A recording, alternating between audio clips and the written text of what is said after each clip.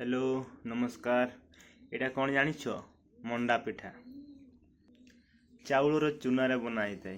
ता भितर अच्छी नड़िया यहीटा देख टिके देखा जाऊँगी। गोटे माटी हांडी रे बना जाए। देख यहाँ बनई एमती ये भितर सब अच्छी पिठा यही देख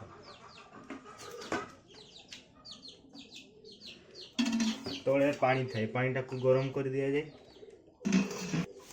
से हांडी तले पानी थाए ताको निआर एमती गरम करा जाए। से बाष्प सिझी जाई थाए। मस्त लगुच।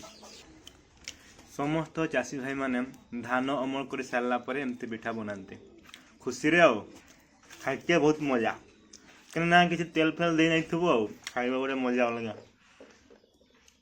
सरस सरस देख सरस ना हो जीरा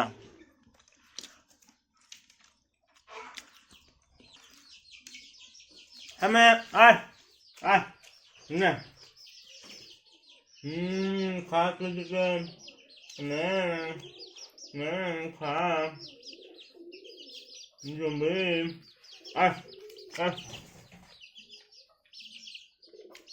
खाई नहीं हो गांडूटा मजा कथा कि नहीं कह तुम भी एमती बनइब है खाइब बेसी जानब ना कि